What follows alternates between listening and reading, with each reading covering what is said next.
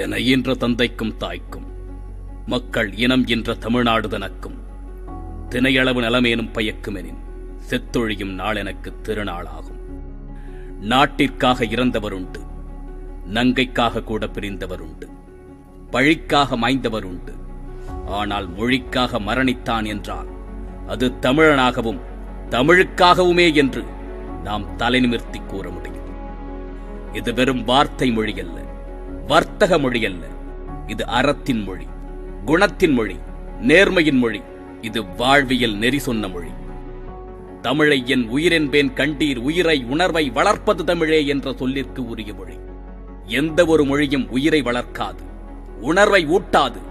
M மொழியாம் செம்மொழி உயிருக்கு உணர்வூட்டும், உடலுக்கு உரமேற்றும். வீரம், மானம், காதல் என்பதை கருவில் வளர்க்கும் மொழி. எம் மொழி கற்றவர் எவரும் முறைகெட்டுப் போனதில்லை. எம் மொழி கண்டவர் பலரும் இதை தன் மொழி எனக் கண்டனர். 2000 ஆண்டுகளுக்கு முன்பு முப்பால் கண்டது, 3000 ஆண்டுகளுக்கு முன்பே இலக்கணம் கொண்டது, 4000 ஆண்டுகளுக்கு முந்தைய நாகரிகம் கொண்டது.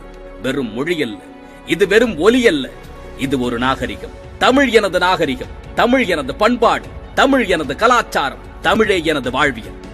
இது அறம் சொல்லி மரம் சொல்லி உரம் தந்த மொழி, அகம் சொல்லி புறம் சொல்லி எம் தரம் காத்த மொழி. ஆனால் இன்று எங்கு போனது? எங்கே தொலைந்தது? மறந்து போனதா, இல்லை இறந்து போனதா? தமிழ் எங்கே? தமிழன் எங்கே? என் வாழ்வியல் நெறிமுறைகள் எங்கே?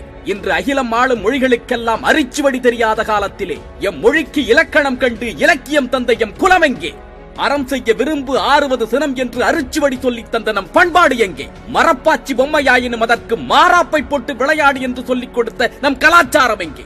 ஆங்கிலம் தான் சிறந்தது, ஆங்கில கல்வியே உயர்ந்தது என்று தமிழன் ஏற்றுக்கொண்டானோ அந்த புள்ளியில் தொலைந்து போனது நம் பாரம்பரியம். அதில் இருட்டடைப்பு செய்யப்பட்டது நமது வாழ்வியல். என்று மடியும் எங்கள் அடிமையின் மோகம் என்று கூறியது போன்று அடிமைத்தனத்தில் மோகம் கொண்டு, ஆங்கில நாகரிகத்தில் மோகம் கொண்டு தன் சுயத்தை இழந்து சூரியமாகி நிற்கின்றான். இப்பொழுது புரிகிறதா?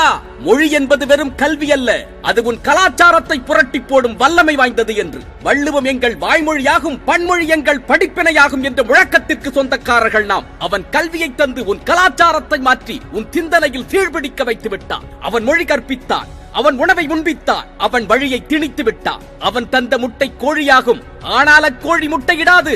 அவன் தரும் விதையில் தக்காளி வரும், ஆனால் அதில் விதை இருக்காது. அவன் தரும் விதையால் திராட்சை வரும், ஆனால் உன்னால் அதை கொண்டு விதைக்க முடியாது.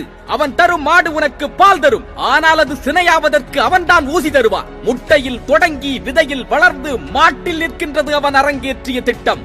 நாளை உன்னில் நிற்கும்.